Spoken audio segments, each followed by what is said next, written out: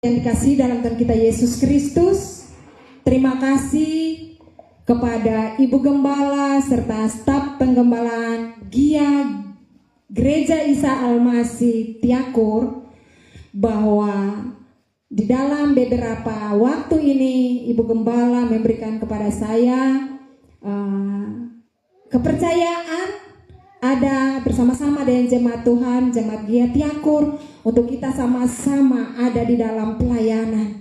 Dan di pagi hari ini Tuhan berkenan untuk saya berdiri kembali di sini untuk menyampaikan firman Tuhan. Pemberita-pemberita firman berdiri di sini mewakili suara Tuhan, menyampaikan suara Tuhan, isi hati Tuhan. Untuk itu, untuk umat Tuhan, jangan melihat siapa yang berkhotbah, jangan melihat siapa yang berdiri di sini, tetapi lihatlah Tuhan Maha Besar, Tuhan kita Yesus Kristus di dalam firman-Nya untuk kita. Simak firman Tuhan dan resapi, renungkan dan lakukan. Jangan hanya menjadi pendengar setia, tetapi juga harus melakukan, menjadi pelaku firman yang setia. Puji nama Tuhan, saya jemput kita semua berdiri untuk kita menghormati firman Tuhan.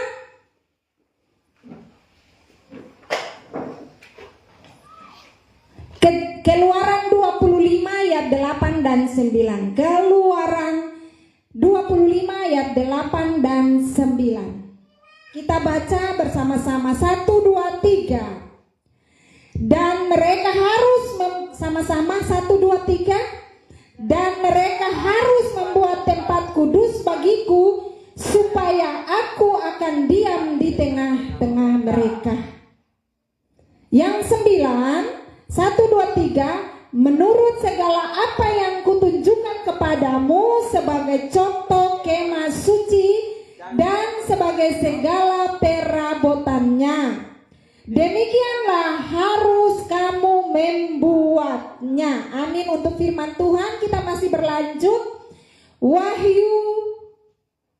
Wahyu 12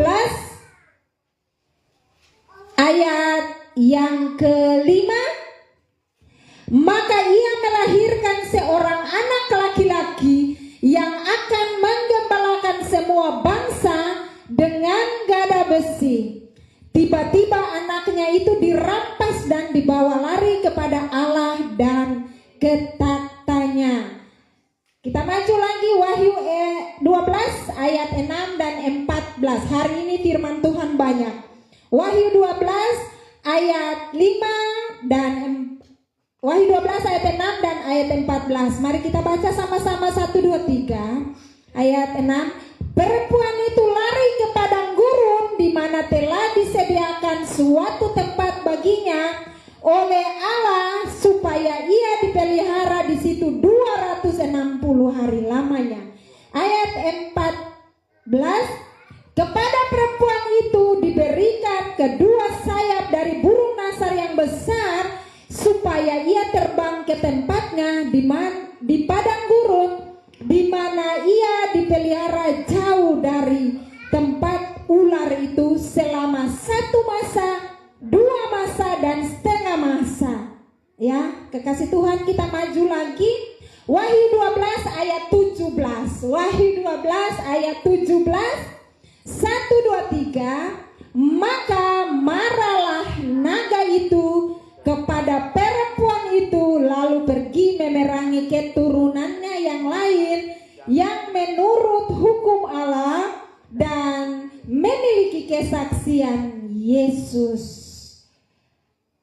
Kita maju lagi, Wahyu 11 ayat 1 dan 2. Jangan bosan-bosan baca firman Tuhan. Saatnya firman Tuhan diangkat dan cari ke timur, ke barat, utara, selatan, tidak ada firman Tuhan. Untuk itu sekaranglah waktunya kita baca firman Tuhan.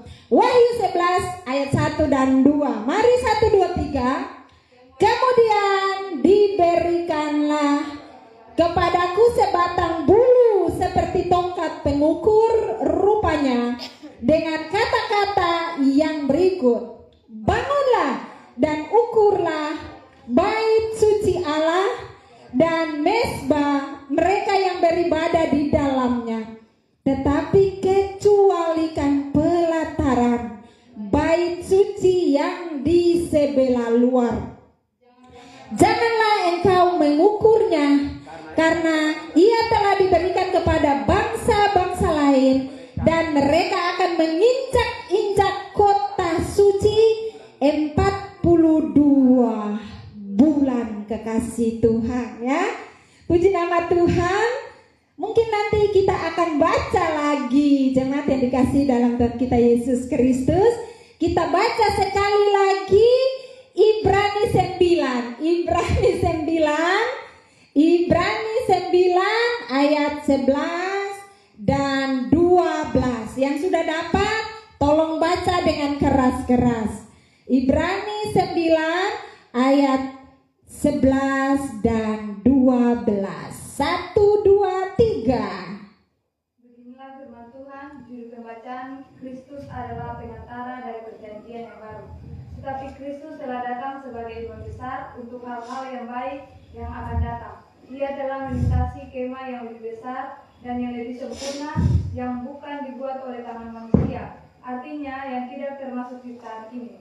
Dan ia telah masuk satu kali untuk selama-lamanya ke dalam tempat yang suci, bukan dengan membawa darah domba jantan dan darah anak lembu, tetapi dengan membawa darahnya sendiri. Dan dengan itu ia telah mendapat kelepasan yang kekal. Puji nama Tuhan, silakan duduk. Sudah baca semua firman Tuhan toh? Senang atau seng? Senang. Ada yang senyum-senyum karena aduh Ibu Ata, khotbah ini firman banyak sekali, ya. Bersyukur karena kita diberkati dengan firman Tuhan, ya.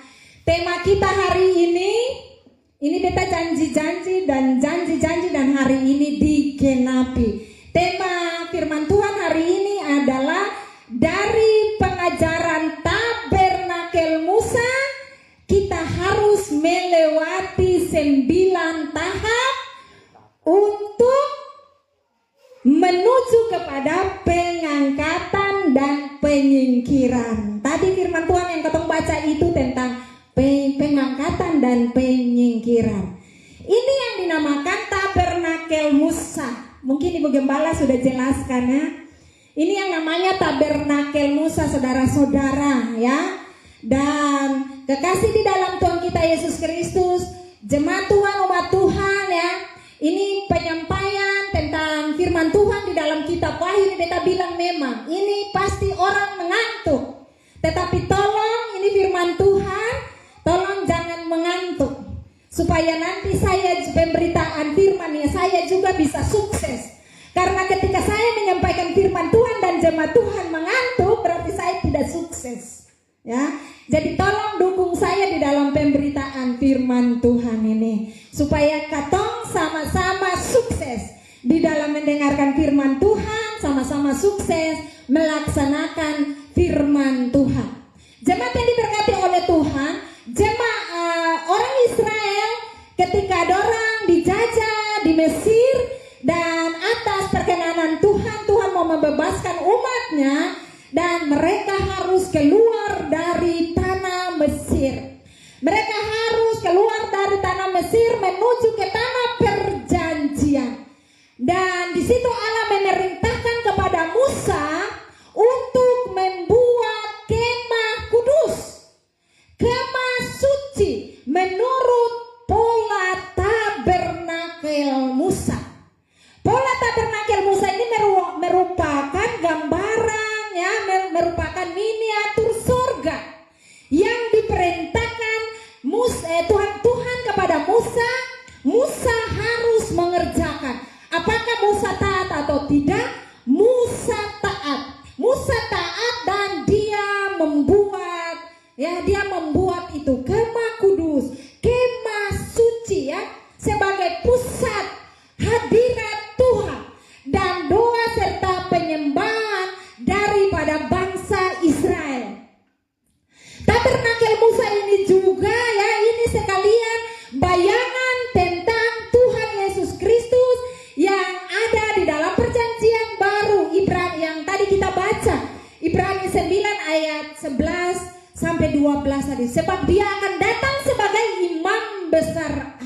mempelai sorga. Dia akan datang sebagai imam besar agung mempelai sorga ya, yang akan datang menjemput kita semua. Kekasih Tuhan, tabernakel Musa ini bentuknya persegi ya, persegi panjang. Ini lihat, ini katong lihat yang ada di depan ini, jemaat kekasih Tuhan ya. Terdiri dari 3 bagian besar. Tabernakel Musa ini terdiri dari 3 bagian besar ya. Yang pertama, kalau dari halaman, dari pelataran, kemudian masuk ke bagian pertama itu halaman, kemudian bagian yang kedua ruang suci atau ruang maha kudus, kemudian bagian 3 adalah ruang maha suci atau ruang maha kudus. Bagian pertama pelataran atau halaman, yang kedua ruang suci atau ruang kudus, dan yang ketiga ruang suci, ruang maha suci atau ruang maha kudus. Kekasih-kekasih Tuhan ya. Dan dari 3 bagian besar ini, sebentar nanti katong akan belajar satu persatu. Dari bagian besar, 3 bagian besar ini, kekasih Tuhan, Tuhan akan mengukur kadar iman kita, kadar iman gereja. Tuhan mengukur kadar iman gereja sesuai dengan, terima kasih hamba yang hamba kasih, penuh kasih sayang dan setia taat ya. Puji nama Tuhan ya. Jadi dari 3 bagian ini, yang pertama, yang kedua, yang ketiga, dari ketiga bagian besar ini Tuhan akan mengukur katong punya level iman. Maka ini hari tenang, fokus, dengar kata beta pun level iman kira-kira sudah sampai di mana. Dengan penyampaian firman ini katong sudah bisa melihat katong punya iman itu sudah sampai di bagaimana. Ya sudah sampai di bagian mana. Apakah masih ada di halaman atau sudah masuk di dalam bait suci, atau bait suci itu ruang suci atau ruang maha suci ya. Bagian pertama halaman ini masih namanya Kristen kanak-kanak rohani. Jadi kalau ketepung level iman masih ada di halaman ini, berarti jangan dulu mimpi diangkat dan disingkirkan. Seperti firman yang sudah beta sampaikan juga toh. Nah, kemudian ketika nanti sudah ada di bagian kedua ini ruang kudus atau ruang suci ini, kalau kita punya level iman sudah sampai di sini, berarti kita siap-siap untuk nanti disingkirkan ke padang gurun seperti yang beta pernah jelaskan juga. Dan kemudian kalau ketopung level iman sudah sampai di ruang maha suci atau ruang maha kudus ini, itu sangat luar biasa. Itu langsung terangkat hidup-hidup seperti Elia dan Henokh. Jemaat yang dikasih dalam Tuhan kita Yesus Kristus, mari kita mulai belajar satu persatu. Tadi saya mengatakan bahwa kita harus melewati 9 tahap toh. Nah sekarang baru tahap pertama, jadi tolong jangan mengantuk. Tahap pertama pintu gerbang. Mana pintu gerbang ya?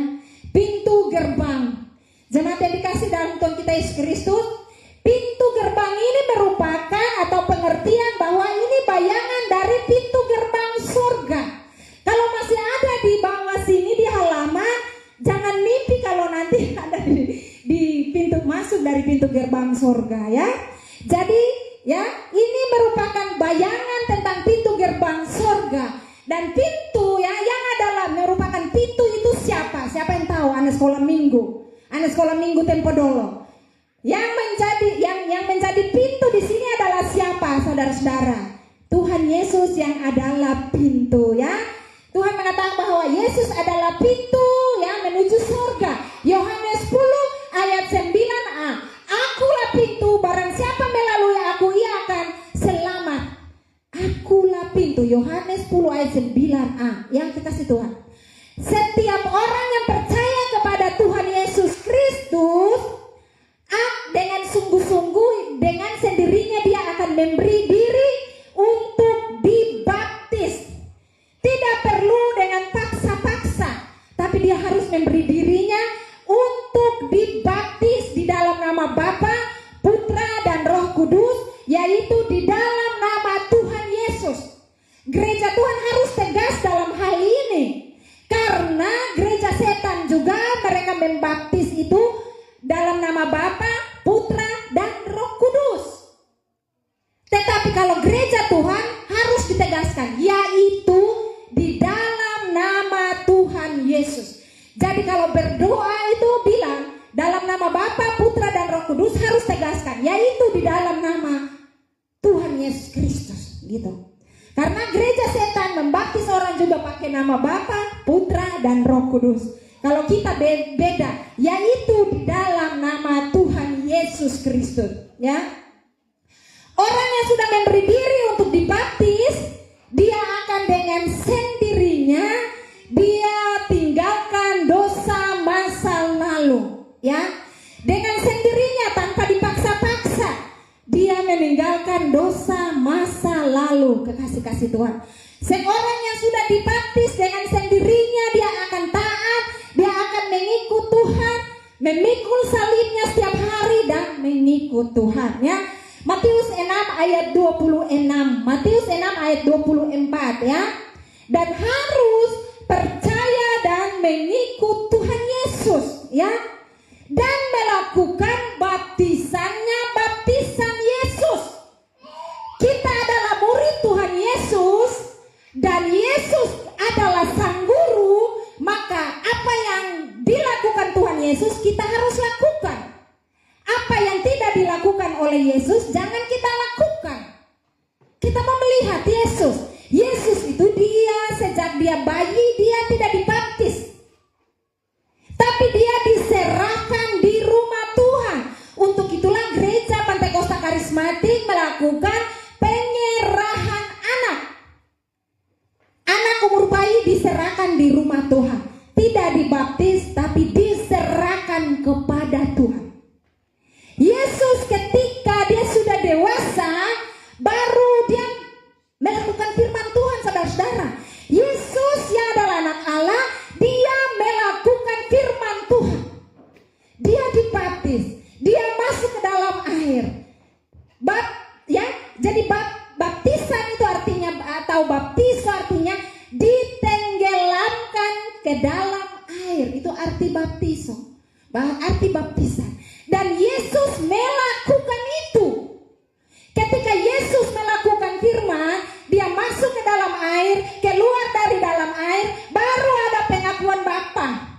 Inilah anakku yang kukasihi, kepadanya lah aku berkenan. Ketika dia sudah masuk dalam air, sudah keluar dari dalam air, baru pengakuan Bapa. Itu Yesus yang adalah anak Allah. Bagaimana dengan kita?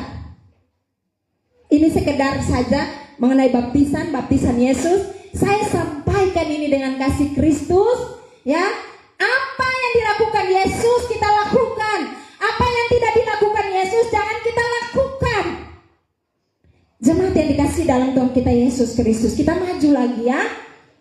Nah, kita yang percaya kepada Kristus, kita percaya kepada Yesus, kita harus percaya kepada Yesus Kristus yang tampil dalam keempat Injil. Penampilan Yesus ada 4, yaitu di dalam penampilannya dalam keempat Injil. Kekasih Tuhan, yaitu yang pertama, Yesus yang tampil sebagai anak Allah.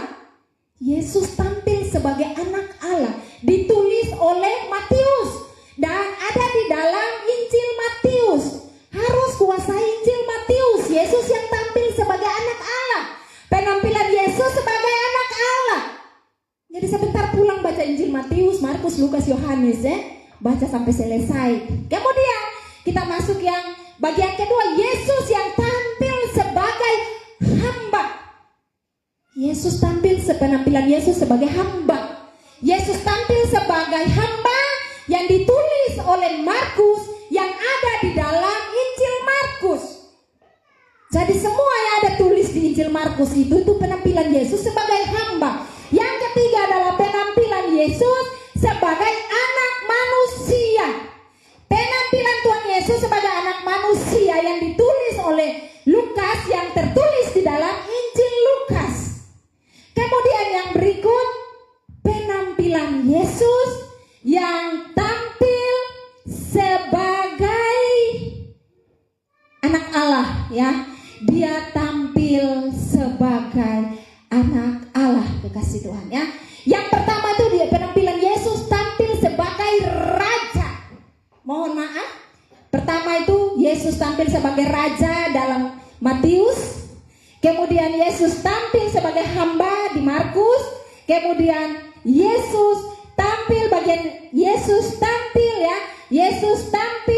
sebagai anak manusia, dan yang keempat Yesus tampil sebagai anak Allah dalam Injil Yohanes, kekasih Tuhan ya. Nah, jadi tong harus terima penampilan Yesus yang tampil dalam keempat Injil. Nah, kita maju yang kedua ya, baru pintu gerbang kan. Sekarang kita maju lagi mesbah korban bakaran. Mesbah korban bakaran ini baru kita lihat ini apa artinya. Artinya kehidupan rohani daripada gereja ya harus maju menuju karya salib ya. Mesbah korban bakaran ini tentang salib, pengorbanan, salib korban Kristus. Maka setiap kita yang sudah maju di mesbah korban bakaran, yang sudah meresponi akan korban Kristus di atas kayu salib, maka kita akan dengan sendirinya takut maju melakukan dosa dan kejahatan. Itu pengertiannya ya. Ketika kematian Kristus sudah termeterai di katong punya otak, katong punya hati, katong punya jiwa, maka katong akan memahami korban Kristus, dan katong juga dapat memahami bagaimana memahami berkorban bagi pekerjaan Tuhan. Berkorban bagi pekerjaan Tuhan itu perlu disuruh-suruh ibu gembala, tapi memahami bagaimana korban Kristus di atas kayu salib, maka katong punya persembahan itu berapa katong sempat hitung-hitungan, karena Tuhan lebih dahulu berkorban bagi katong, kekasih Tuhan ya. Kemudian kita maju lagi ya, dan pikir ini sampai 9 ini pasti katong tak tidur ini, tapi jangan, kekasih Tuhan ya. Yang ketiga ya adalah bejana atau kolam pembasuhan ya. Bejana atau kolam pembasuhan ya. Pembasuhan ini artinya Yesus adalah firman Tuhan ya. Air kehidupan, air juga berbicara soal firman Tuhan ya. Dan ketika seseorang yang sudah tiba di sini di kolam pembasuhan, sudah berdiri di batin dan sudah melakukan firman Tuhan, dia akan memahami firman dan memberi diri. Tadi saya sudah katakan dia memberi diri untuk dibaptis tanpa dipaksa-paksa, tapi melakukan firman Tuhan ya. Kekasih Tuhan, dari tahap pertama, kedua, dan ketiga ini, pertama, kedua, dan ketiga ini level imannya masih ada di halaman, saudara-saudara. Belum bisa tak angkat, belum bisa tak singkir, saudara-saudara. Itu namanya kita punya iman masih ada di halaman sana. Kayak anak-anak kalau firman begitu keluar sana bermain di halaman toh. Begitu juga dengan anak-anak rohani, suka ada di sana, suka bagosi, suka bicara orang di sana, suka bakalan. Itu tuh anak-anak halaman itu, Jadi mungkin ini jadi bisa ada pengertian. Ada satu tahap lagi maju untuk mengerti bagaimana beta masih ada di halaman kah? Nah, mari kita maju lagi, saudara-saudara ya. Nah, kita maju lagi keempat, pintu kemah suci ya. Pintu kemah ya. Pintu kemah bagian yang keempat, saudara-saudara, ini adalah dengar baik-baik. Beta ada di sini kasih. Pintu kemah suci adalah orang-orang yang sungguh-sungguh dalam Tuhan akan diurapi ya, akan diurapi dan dipenuhi oleh Roh Kudus. Diurapi oleh Roh Kudus, maka dengan kekuatan Roh Kudus dia mampu beribadah, dia mampu, dan akhirnya ada disertai dengan bahasa lidah ya. Di sini siapa yang bisa bahasa roh? Ya, bahasa lidah itu tanda dipenuhi, satu tanda dipenuhi oleh Roh Kudus, kekasih-kekasih yang diberkati oleh Tuhan. Namun orang yang berbahasa lidah itu belum tentu imannya itu sudah dewasa. bisa berbahasa roh dengan berbagai bahasa, tapi itu tidak bisa menjamin dia itu sudah dewasa. Dia berbahasa roh berapi-api, berkhotbah berapi-api ya. Bahkan berbahasa roh berapi-api, Lia akan pembuah ada kasih. Dia punya buah ada di mana? Galatia 5 ayat 22. Kasih sukacita damai sejahtera terus sampai penguasaan diri ya. Jadi dari sini jemaat Tuhan rasa diri bahwa beta sudah ada di level ini kasih ya. Kemudian ketong maju lagi. Pelita emas. Pelita ini nih. Ini nih dikatakan menorah. Menorah atau pelita emas atau juga disebut dengan kandil. Kandil ini mewakili 7 roh Allah. Ada 7 toh? 7 roh Allah. 7 roh Allah juga mewakili 7 jemaat di Asia Kecil yang mewakili gereja-gereja di seluruh permukaan bumi ini yang dibangun oleh Tuhan Yesus. Ya. Jadi ini kandil, ini juga berbicara soal Roh Kudus, ya. Berbicara soal Roh Kudus, kekasih Tuhan ya. Ketika masuk ke ruang kudus ya, itu ada bagiannya di ruang suci atau ruang kudus ya, atau kemah suci, ada pelita emas. Itu namanya kaki dian ya. Kaki dian emas ini melambangkan 7 roh Allah.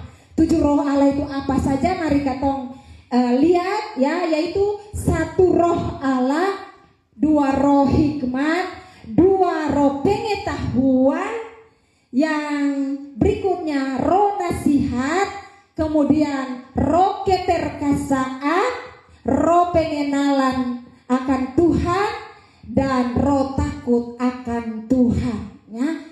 Jadi siapa yang ada di dalam yang ini semua sudah ada dalam diri dia, berarti dia sudah bisa siap-siap untuk dia disingkirkan.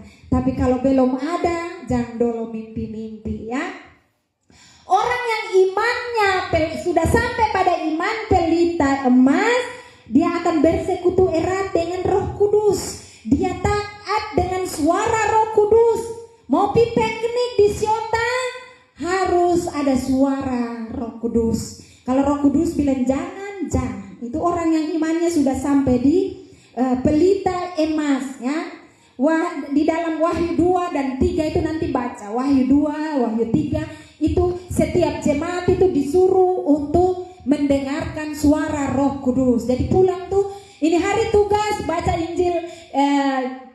Injil Matius sampai Yohanes, dan juga baca Wahyu 1, 2 dan 3 supaya di situ dengar suara Roh Kudus ya.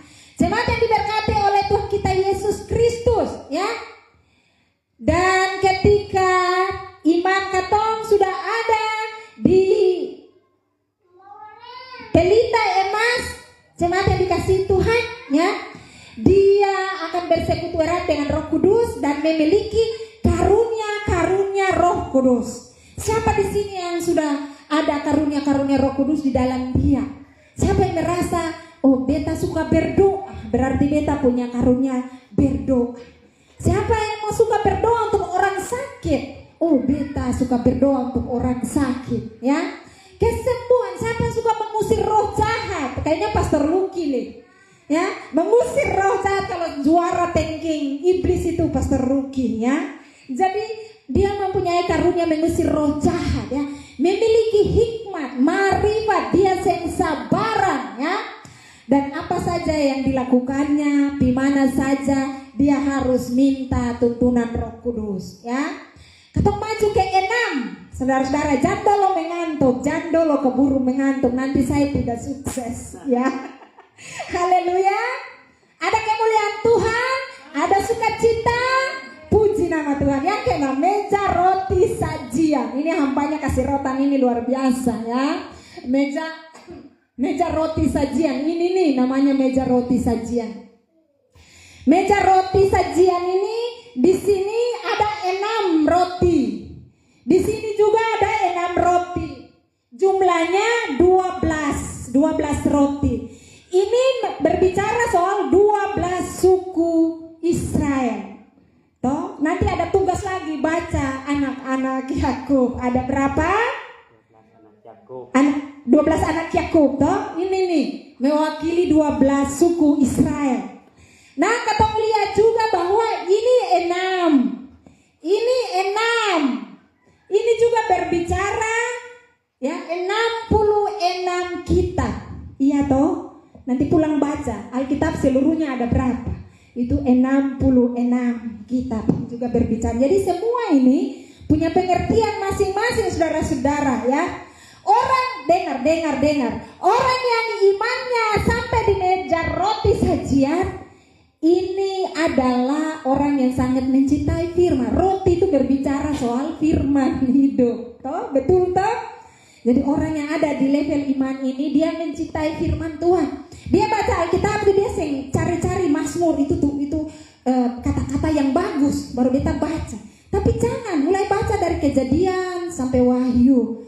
Mengerti, kalau saya mengerti nanti tanya di Ibu Gembala. Terus habis itu terus sambil minta hikmat dari Tuhan ya. Jadi 1 tahun kalau bisa 1 tahun Kejadian sampai Wahyu sudah selesai. Nanti ulang lagi, baca saja ketong saya mengerti. Nanti baca pasti di dalam khotbah seperti begini, khotbah hamba Tuhan di situ ternyata begitu. Dari tadinya kan ketong saya mengerti ini artinya apa. Tetapi setelah dijelaskan ketong tahu bagaimana artinya ya. Orang yang mencintai firman Tuhan, dia haus akan firman dan kebenaran Tuhan. Merasa lapar akan firman dan kebenaran Tuhan. Dengan sendirinya dia baca Alkitab. Dan kalau orang yang membaca Alkitab dan mengantuk, dia punya level imannya ada di level iman kanak-kanak.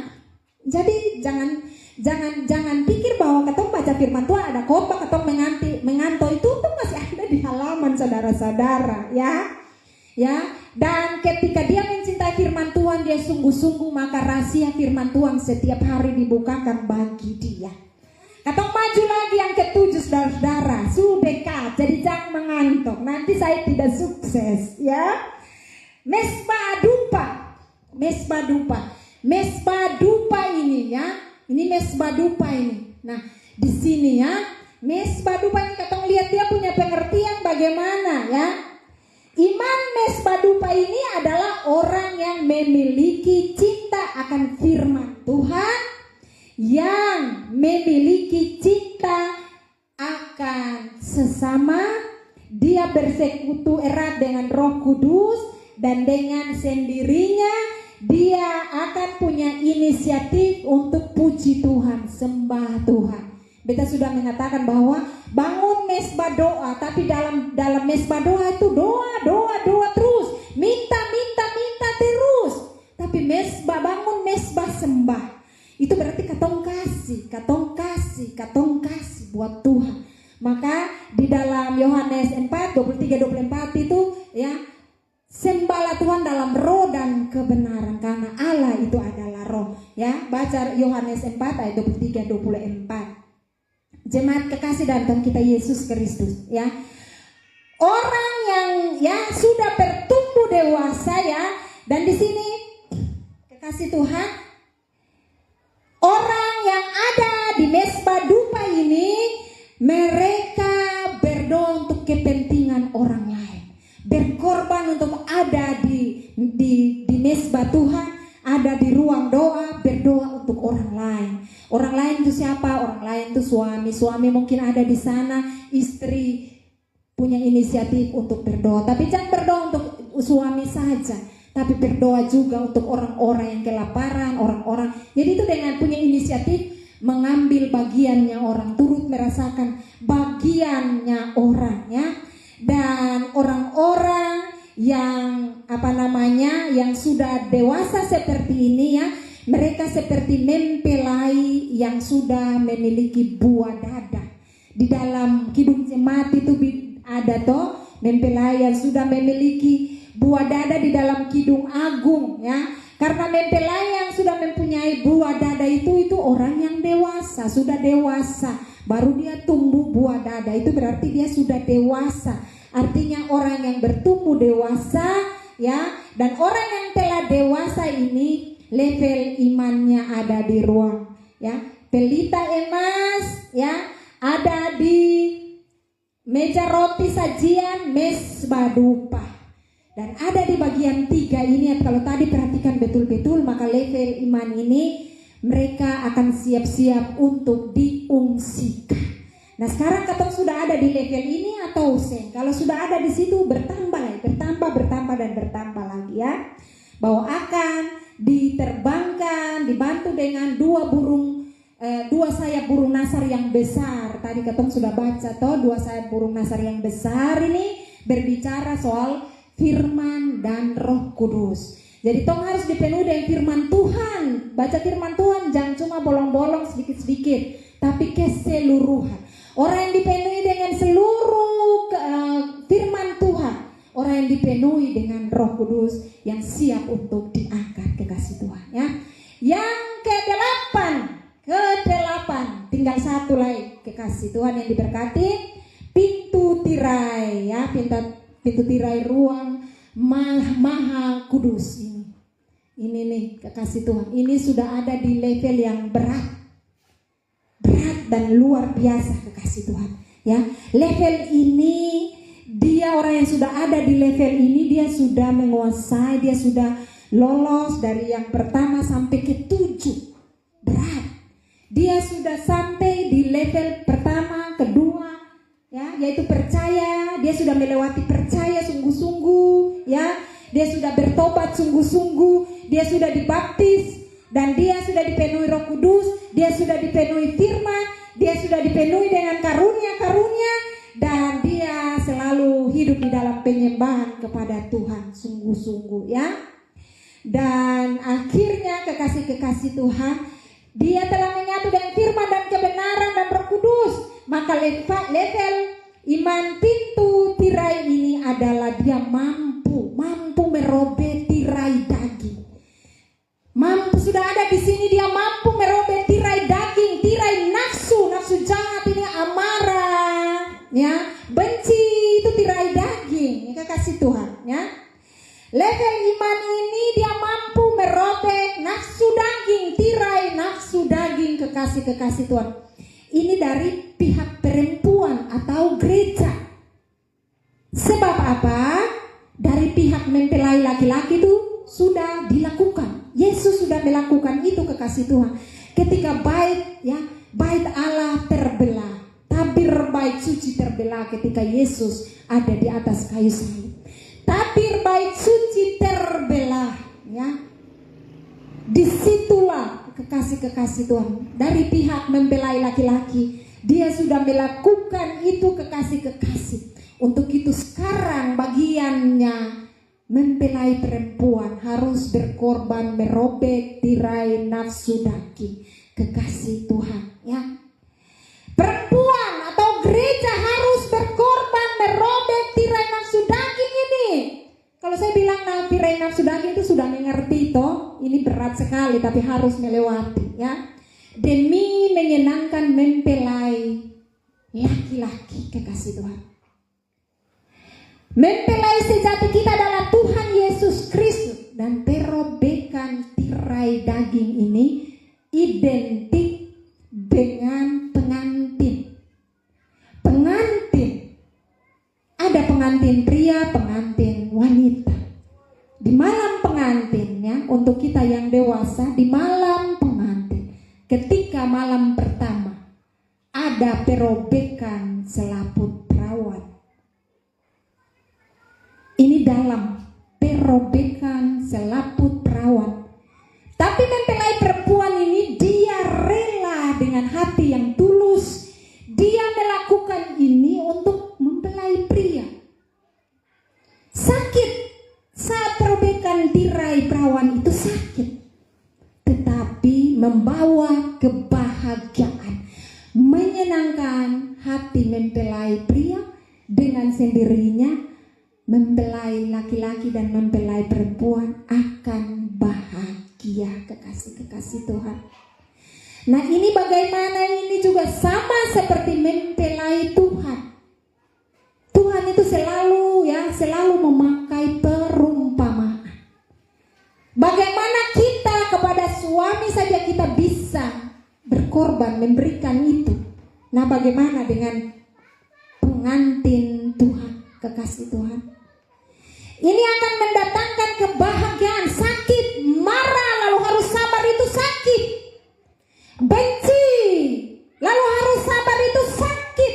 Itu namanya perobekan tirai daging.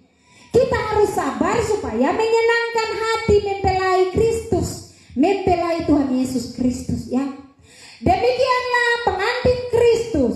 Perobekan tirai nafsu daging ini sakit, tetapi berkorban untuk membahagiakan kekasih jantung hati kita, Tuhan Yesus Kristus. Sakit, tetapi Tuhan, ya, akan senang. Tuhan tersenyum ketika kita mampu melewati kesabaran itu. Baik menghadapi suami, baik menghadapi tetangga, baik menghadapi siapapun, harus robek itu tirai daging, nafsu daging, nafsu dunia itu, kekasih Tuhan, ya. Untuk itu, perobekan tirai nafsu daging ini sakit, kekasih Tuhan. Tetapi setelah kita menang dari perobekan tirai daging ini, maka kita akan menang atas langit dan bumi, kekasih Tuhan. Dan kita layak untuk menerima 7 perkara. Haleluya, ada haleluya. Mau menerima 7 perkara? Ketika kita sudah menang, kita menang atas langit dan bumi, dan kita akan menerima 7 perkara. Wahyu 5 ayat 12. Wahyu 5 ayat 12.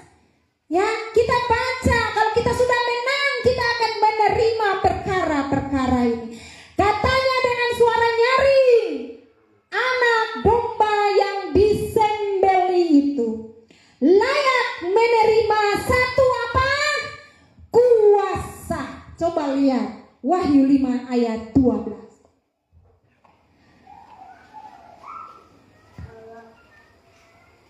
Haleluya, ada haleluya. Layak menerima 1 kuasa, dan yang kedua kekayaan, yang ketiga hikmat, dan yang keempat kekuatan, yang kelima hormat, dan kemuliaan, yang berikutnya puji-pujian.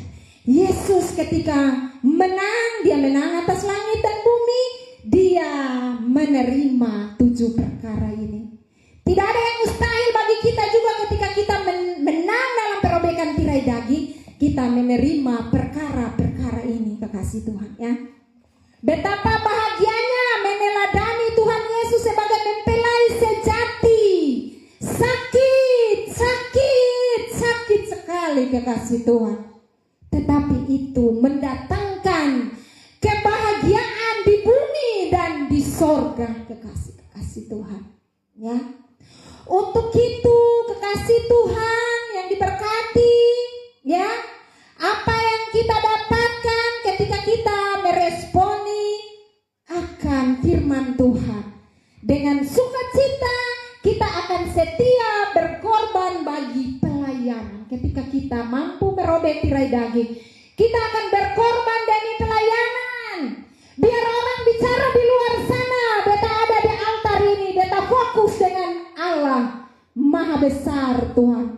Tuhan Maha Besar, Imam Besar Agung itu. Biar orang bicara di sana, kiri kanan, beta sen pusing, beta hanya fokus kepada Imam Besar Agung itu. Kekasih Tuhan, ini berat sekali. Tetapi mari, kata meluangkan, kata punya hati ini untuk mempersembahkan kepada Yesus Kristus, mempelai sejati, ya, mempelai agung. Maka kita sampai pada tahap terakhir. Tahap terakhir ini lebih berat lagi, kekasih Tuhan, ya. Kita harus ada di ruang Maha Kudus, ruang Maha Suci. Ketika dia sudah lolos dari sini semua 1-8, dia ada di tahap yang ada di ruang Maha Suci. Di ruang Maha Suci ini ada peti perjanjian, kekasih Tuhan. Di dalam peti perjanjian ini, kekasih Tuhan, isinya 2 loh batu. Di dalam peti perjanjian ada 2 loh batu. Kemudian ada gulungan kitab suci loh batu itu tentang firman Tuhan. Kemudian ada satu buli-buli emas, di situ ada mana kekasih Tuhan. Dan juga yang berikut adalah ada tongkat Harun yang berbunga, ada tongkat Harun yang bertunas.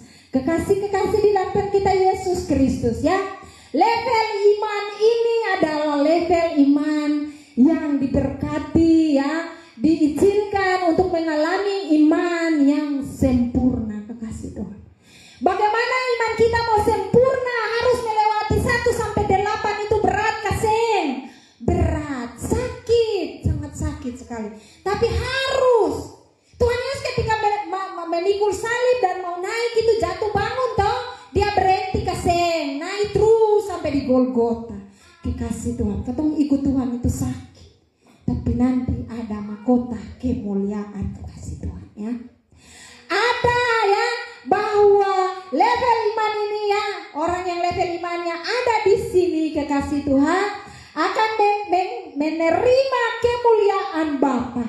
Dan setelah melewati tahap 1 dan tahap sampai ke 8 ya, seorang imam ya, ketika dia masuk ke ruang Maha Kudus ini untuk membawa persembahan umat, di kakinya itu ada giring-giring. Jadi ada dia jalan itu ada bunyi-bunyi. Tapi seorang imam ketika dia ada di ruang Maha Kudus ini, ketika dia punya giring-giring di kaki itu, kalau sembunyi lagi berarti dia mati. Karena apa? Kenapa dia mati? Dia kudus. Tetapi kalau dia kudus, dia sempurna, maka akan keluar awan kemuliaan, Shekinah glory. Itu yang namanya Shekinah glory, kekasih Tuhan. Ada awan kemuliaan, ada cahaya kemuliaan Allah. Ya kekasih Tuhan, dalam tabut perjanjian Allah, level iman ini akan disempurnakan untuk mengalami Wahyu 12 ayat 5. Harpaso bahasa aslinya, yaitu akan terangkat kekasih Tuhan kepada Allah dan taktanya. Kekasih Tuhan, sekarang iblis masih turun naik. Bumi surga, tong baca dalam Ayub, kesaksian Ayub. Tetapi nanti ketika orang-orang kudus, orang-orang sempurna akan diangkat, maka pertempuran akan dimenangkan oleh malaikat Mikael, surga dibersihkan. Maka iblis tidak punya tempat lagi, dia turun naik, saudara-saudara. Surga dibersihkan karena orang-orang sempurna akan naik kepada Allah dan taktanya seperti Elia dan Henokh. Mereka bergaul karya, mereka berjuang sehingga mereka terangkat kepada Allah dan taktanya. Dan pada saatnya mereka orang-orang kudus itu akan bersama-sama dengan Tuhan, dengan awan-awan datang untuk menghakimi malaikat, datang untuk menghakimi bumi. Jadi ketika tidak ada yang mustahil, ketika katong sungguh-sungguh, maka katong akan mengalami pengangkatan. Dan Tuhan datang dalam awan-awan, katong juga ikut orang-orang kudus. Ya, itu orang-orang yang berkarakter anak laki-laki, yaitu Yesus Kristus, berkarakter Yesus Kristus. Sedangkan yang mempelai itu belum sempurna, disingkirkan di padang gurun Eremos, akan dipelihara di sana untuk disempurnakan. Beta sudah sampaikan Yesaya 35 itu, baca dia punya nubuat di situ. Dan ketika bunyi nafiri, orang-orang mati bangkit, kemudian orang-orang yang disempurnakan di padang gurun itu akan diubah dalam tubuh kemuliaan. Orang yang terangkat juga diubah dalam tubuh kemuliaan. Karena itu pun badan begini ketong bisa, harus diubah dalam tubuh kemuliaan baru boleh terangkat, diangkat kepada Allah dan taktanya. Itu yang namanya harpaso. Dan yang disingkirkan dan pertolongan dua sayap burung nasar yang besar di padang gurun ya, di sana untuk siap untuk menjemput Tuhan di awan-awan. Kekasih Tuhan ya, itu namanya yang mengalami penyingkiran, itu namanya teogo, lari hilang lenyap. Itu mungkin teman-teman, saudara-saudara jemaat Tuhan ingat waktu Filipus setelah dia membaptis sida-sida dari Ethiopia, tiba-tiba roh bawa dia untuk tersingkir di Asdod. Nah demikianlah itu akan terjadi, ketong juga akan disingkirkan, ya. Lari hilang lenyap, tiba-tiba ketong sudah ada di padang gurun, kekasih Tuhan, ya. Dan Tuhan akan memerintahkan malaikat-malaikatnya untuk menjaga ketong punya tubuh ini. Karena ketong punya tubuh ini merupakan bait Allah, istana raja di atas segala raja, ya. Maka dalam manajemen tubuh kemuliaan kita dijaga. Manajemen tubuh kita dijaga oleh malaikat, ya. Dijaga oleh malaikat karena kita adalah baitnya Tuhan. Kita, ya, layaknya presiden di istana dijaga dijaga pengawal-pengawal yang hebat. Demikian katong juga, ya. Katong adalah istana raja di atas segala raja, maka Tuhan akan memerintahkan malaikat-malaikatnya menjaga katong ketat, dengan ketat. Asalkan katong juga jaga makan. Memang beta biasa ditegur oleh kakak Ecing, tapi makan mangga terus, ya. Kita juga harus menjaga kita punya tubuh ini, ya. Dan jaga sampai Tuhan datang, tidak ada yang mustahil. Katong akan diangkat, tidak ada yang mustahil, katong akan disingkirkan, kekasih Tuhan, ya. Bahwa bagi Tuhan, bagi manusia selalu mustahil, tetapi bagi Tuhan tidak ada yang mustahil. Maka orang bilang pengangkatan itu seng jadi kapa, itu seng kapa, tapi ini firman Tuhan yang mencatat, ya. Kita mencatat bahwa Rasul Paulus mengatakan, sesungguhnya aku mengatakan kepadamu satu rahasia, kita tidak akan mati selamanya, tetapi kita semuanya akan diubah dalam sekejap mata. Pada waktu bunyi nafiri yang terakhir, sebab nafiri akan berbunyi dan orang-orang mati dibangkitkan dalam keadaan yang tidak dapat binasa, dan kita semuanya diubah dalam tubuh kemuliaan. Kemudian kita terangkat, bagi yang terangkat Wahyu 12 ayat 5, kita diangkat kepada Allah dan taktanya, dan bagi yang tersingkir, dia tersingkir dibantu dengan 2 sayap burung nasar yang besar. Yang tertinggal adalah Wahyu 11 ayat 1 dengan 2. Di situ iman anak-anak rohani yang tidak terukur maka akan tertinggal dan mengalami penganiayaan, penyiksaan daripada antikris. Dan kalaupun mereka tertahan di bumi, tertinggal, maka mengalami penganiayaan antikris, tapi masih ada satu perjuangan lagi. Kalau mereka berjuang mempertahankan iman mereka kepada Kristus, sekalipun dipotong, dibacok, diapa-apakan, tetap berjuang mempertahankan Tuhan Yesus, maka sebentar mereka akan mati, tetapi mereka akan bangkit tidak lama, baru bertahan tidak lama, karena ketika bunyi nafiri, orang-orang mati itu akan bangkit, mereka juga yang mempertahankan hidupnya, dirinya itu juga akan bangkit. Kemudian kita yang ada di sana, di padang, kita juga disingkirkan, kekasih Tuhan Yesus. Untuk itu mari, sekalipun di hari ini waktunya sangat panjang, tapi ini merupakan rahasia, ya, akhir zaman, rahasia akhir zaman. Kemarin hari Sabtu itu dalam doa, ya, jemaat-jemaat Tuhan, pelayan-pelayan Tuhan tidak datang, tetapi saya menyampaikan tentang Wahyu 12, Wahyu 13. Di situ saya jelaskan dengan detail tentang apa itu antikris, siapa itu antikris, siapa itu nabi palsu. Jadi jangan jauhkan diri dari pertemuan ibadah, karena selalu ada berita dari sorga. Demikianlah firman Tuhan hari ini. Mari kita mempersiapkan hidup katong hari ini katong bahas tentang tabernakel Musa, Maka setiap saat ketika masuk dalam gereja ini bertanya pada diri, Tuhan beta su ada di mana? Beta berjuang untuk beta ada di sini. Kalau su ada di sini, beta berjuang sampai di sana. Kasih Tuhan, mari kita semua berdiri untuk kita mengaminkan firman Tuhan dan menyanyikan sebuah lagu. Ku tahu Tuhan pasti buka jalan.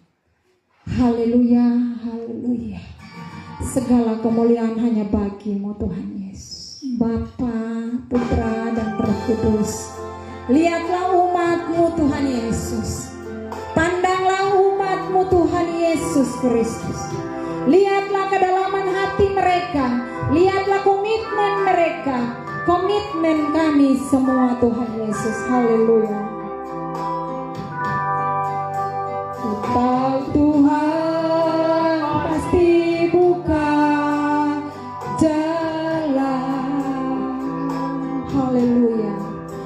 Ku tahu Tuhan pasti buka jalan. Tuhan akan membuka jalan bagimu ketika engkau memilih hidup suci melakukan firman Tuhan. Tidak turut akan dunia ini, sebab dunia ini akan lenyap dengan kemegahannya. Tetapi firman Tuhan akan kekal untuk selama-lamanya. Hidupkan firman Tuhan di dalam hidup kita. Tuhan pasti buka jalan. Haleluya.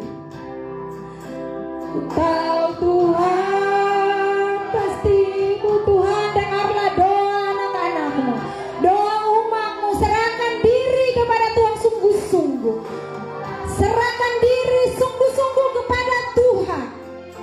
Minta sungguh-sungguh kepada Tuhan. Maka Tuhan akan bersamamu melewati badai-badai hidup, melewati padang gurun dengan penyertaan Tuhan. Haleluya. Glory, haleluya. Haleluya. Pastor Ruki akan membawa kita dengan doa sambil menyanyikan lagu ini. Haleluya, haleluya. Mari kita koreksi kehidupan kita kembali kepada Tuhan. Mari kita menyerahkan seluruh kehidupan kita kepada Tuhan. Apakah saya sudah masuk dalam level pertama atau tidak? Mari kita koreksi kehidupan kita. Apakah saya sudah masuk di level yang kedua, ketiga atau tidak? Karena firman Tuhan telah datang bagi kita di pagi ini, mendorong kita supaya kita bisa lolos pada waktu penghakiman pengangkatan itu datang. Haleluya.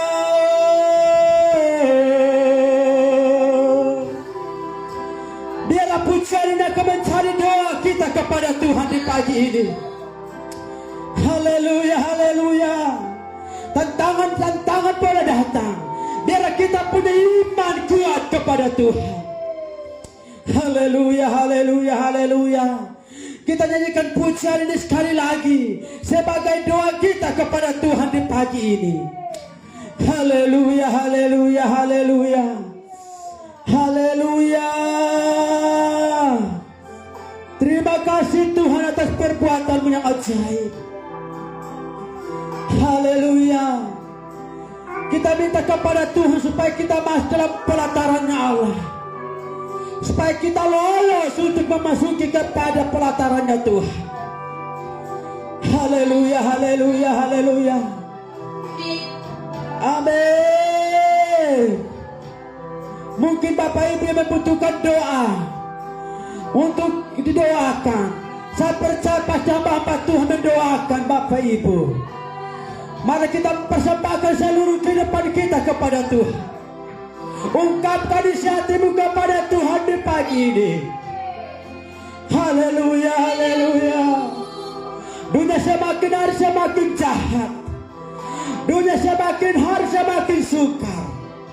Maka marilah kita mempersembahkan hidup kita kepada Tuhan di pagi ini. Haleluya, haleluya. Saya minta hamba-hamba Tuhan untuk mendoakan Bapak Ibu di saat ini. Haleluya. Amin. Jalan dasarku hidup suci. Berserulah kepada Tuhan di pagi ini. Allah sedang melawat pribadi masing-masing di pagi ini. Allah melihat keberadaanmu di saat ini. Allah sementara menampung air matamu di kirbatnya Allah. Air matamu tidak akan sia-sia pada waktu engkau meratap dan menangis kepada Tuhan di pagi ini. Allah sedang melihat pergumulanmu. Allah sedang melihat isi hatimu di saat ini. Berteriaklah kepada Tuhan. Menangislah kepada Tuhan. Dia sanggup untuk menolongmu di saat ini. Haleluya. Haleluya. Haleluya. Haleluya. Amin. Pasti buka jalan dasarku hidup suci. Aku hidup tidak turut dunia. Amin. Ku tahu Tuhan pasti buka jalan.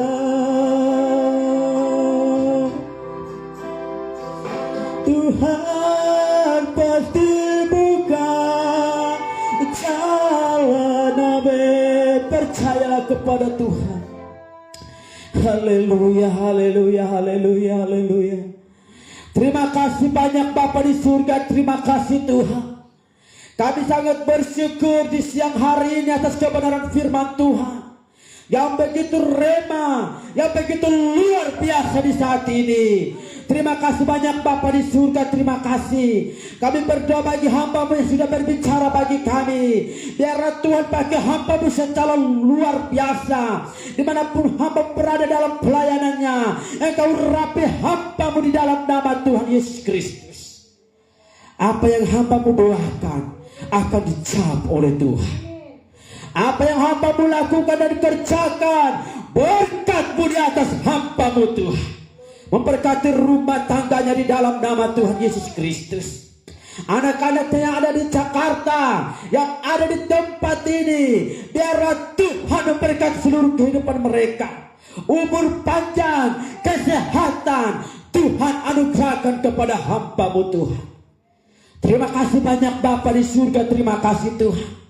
Kami sangat bersyukur atas firman Tuhan yang begitu indah, yang begitu rema, yang menguatkan kehidupan kami, supaya kami memasuki kepada kemah-kemahnya Allah, supaya kami bisa masuk kepada ruang Maha Kudus. Itu sangat sulit, tapi kami percaya, kami berdiri kuat karena Roh Kudus adalah senjata kekuatan di dalam kehidupan kami Tuhan. Terima kasih banyak Bapa di surga. Kami berdoa Tuhan, karena seringkali kami hidup dalam kelemahan dan daging kami, tapi kami percaya Roh Kudus, kami percaya kelayakan itu akan menjadi bagian di dalam kehidupan kami Tuhan. Terima kasih banyak Bapa di surga. Hamba berdoa bagi umat-Mu gereja GKI Isa Almasih Tiakur. Tuhan memberkati umat-umat-Mu Tuhan, dalam rumah tangga pertama sampai rumah tangga terakhir. Biarlah Tuhan memberkati umat-Mu. Apa yang mereka kerjakan dan usahakan, berkat-Mu di atas kehidupan mereka Tuhan. Yang bekerja di kantor Tuhan, biarlah hikmat-Mu akan terjadi dalam kehidupan mereka di kantor. Biarlah mereka menjadi berkat di sana Tuhan. Hamba berdoa yang tukang batu, biarlah Tuhan memberkati mereka di bangunan pada waktu mereka bekerja Tuhan. Tuhan berilah kekuatan kesehatan bagi umat-Mu Tuhan. Terima kasih banyak Bapa di surga. Terima kasih Tuhan. Yang berjualan sekalipun Tuhan memberkati. Biarlah Tuhan berkat Israel, berkat Abraham, Yakub akan menjadi bagian di dalam kehidupan mereka Tuhan. Terima kasih banyak Bapa di surga, terima kasih. Yang boleh datang dengan persoalan masalah percaya, mereka sudah dikuatkan kembali melalui kebenaran firman Tuhan di siang ini Tuhan. Terima kasih banyak Bapa di surga. Tuhan, kami berdoa bagi bangsa dan negara kami Tuhan. Kami berdoa Tuhan bagi pemimpin-pemimpin kami. Biarlah Tuhan pakai mereka Tuhan. Roh takut akan Tuhan, biarlah Tuhan taruh dalam kehidupan mereka. Pada waktu mereka memimpin bangsa dan negara